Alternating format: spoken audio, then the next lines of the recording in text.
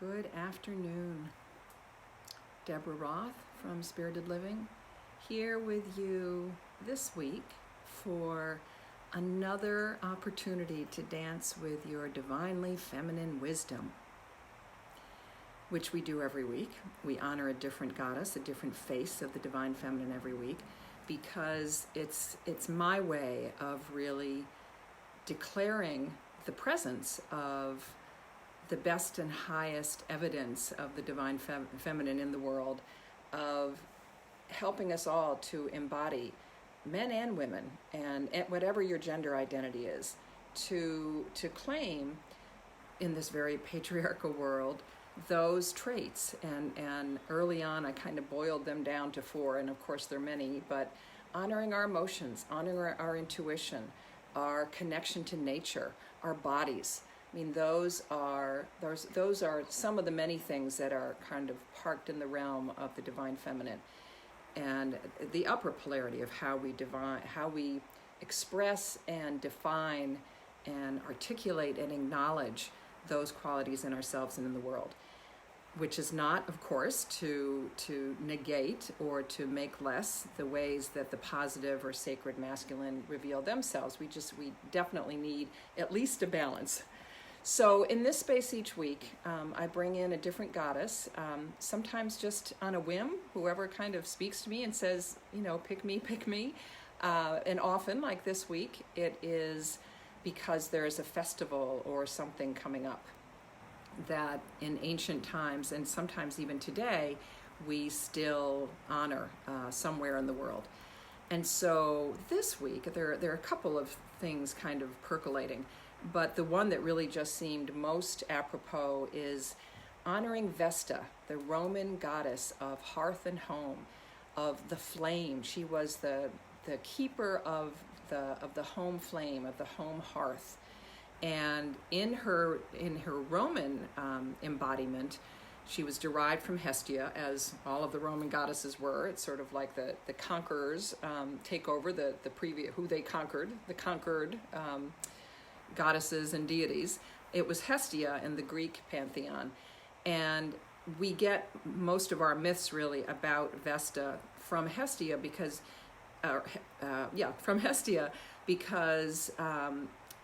Vesta, although there was a temple, it was one of the most revered temples in Rome. She had Vestal virgins. We'll talk about that in a minute.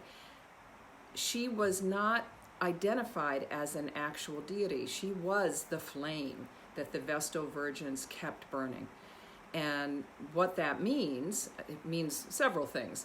But we'll stop for a minute, and I'll tell you a little bit about this festival, the Vestalia, that was celebrated starting, it's coming up on June 7th, so starting on whatever the day that is, Monday I think, going through to the 15th. Giving you a little bit of heads up on this for a couple reasons. One is that it'll give you time to do what this festival was all about. It was a time to clear out your sacred spaces. Yes, that's temples and altars, and on the very first day, the altars at the altar at the Vesta temple was opened up for people to make offerings and open to the public. And then I loved this one.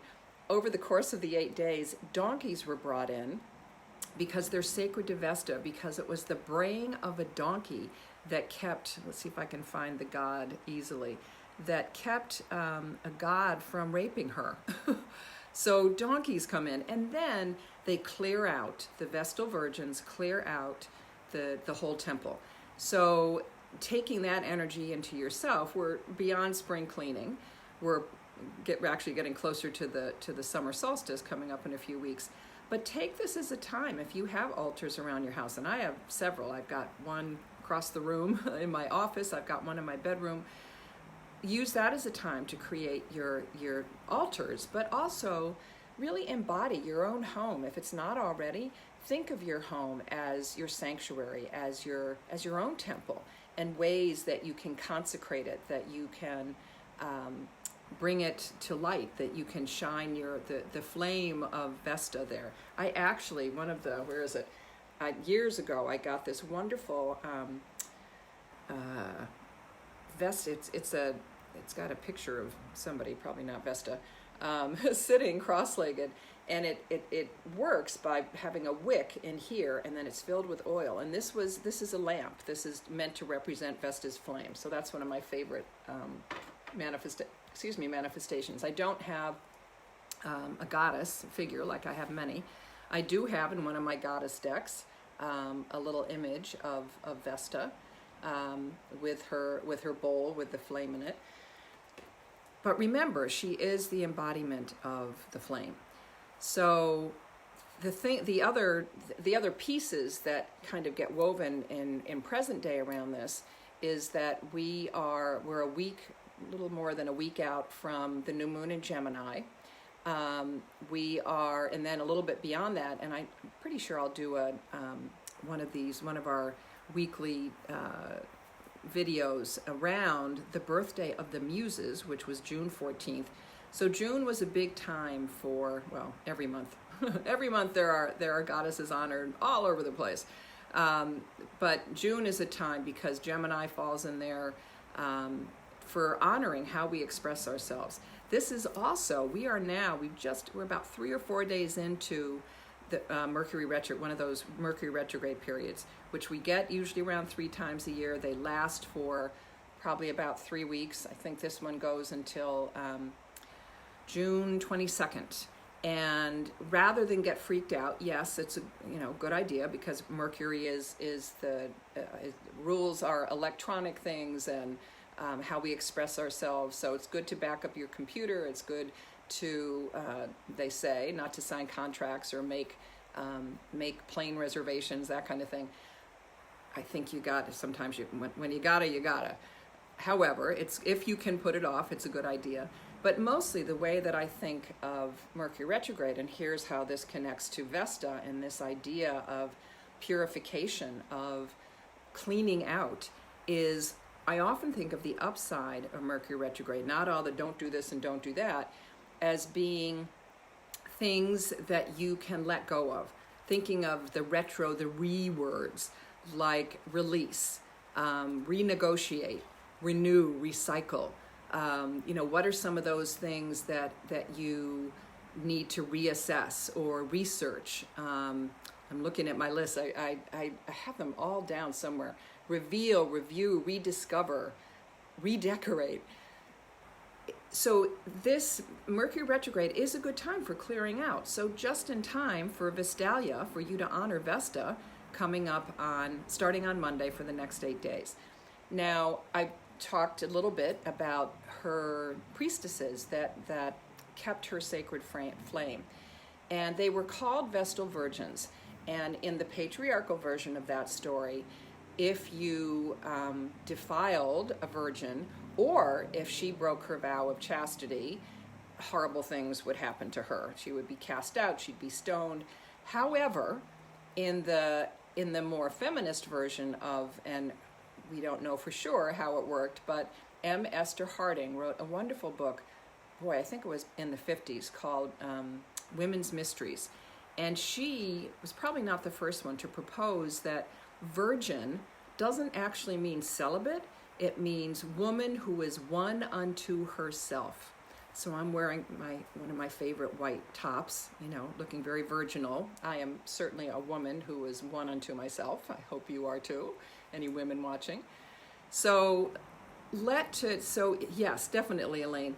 Think of this as your own Vestalia, and start it now, and then acknowledge Vesta when the Vestalia actually starts next week. Now, what was really kind of unique and pretty cool about Vesta and her flame and her temple and the Vestal Virgins is that they actually were on the public treasury. They were the officiants. They were the official officiants at all the big Roman festivals and sacred ceremonies and all that. So they were quite revered. Now, again, if you think of their power not lying in their celibacy, but in their own internal power to make choices for themselves, as Esther Harding says, who they will lie with, who they choose. They are one unto themselves. They choose who they will be with. So consider that. Consider kind of a reimagining of Virgin. Let's see if there's anything else I want to tell you about. Oh, she also, this is interesting. I thought I knew a lot about Vesta. She was also originally considered a goddess of childbirth and really kind of the domestic arts. I mean, certainly she is the goddess of home and hearth, but she's really, she's definitely one to call on it when you're in childbirth. And there are actually lots of goddesses like that who honor mothering and motherhood. I should say, even though she's a fire goddess, because she's the goddess of hearth and home, I've often invoked her when I do my new moon circles in Cancer, because Cancer, one of the meanings of Cancer, one of the origins of Cancer, of the astrological sign Cancer, is of the home and being connected to the home. Next week, when we do our new moon in Gemini, next Thursday, check out Facebook and other places, or get on my mailing list if you want to be part of that. We'll be honoring our inner muse, taking into account the muse's birthday that's coming up. So, and we'll talk more about the muses then. I think that's all I want to tell you sort of in the left brain stuff about Vesta. But what we'll close with is one of my favorite chants. It's one of those ones that I call kind of goddess rock and roll. I have no idea what my tambourine would sound like, so I'm not going to pull that out right now.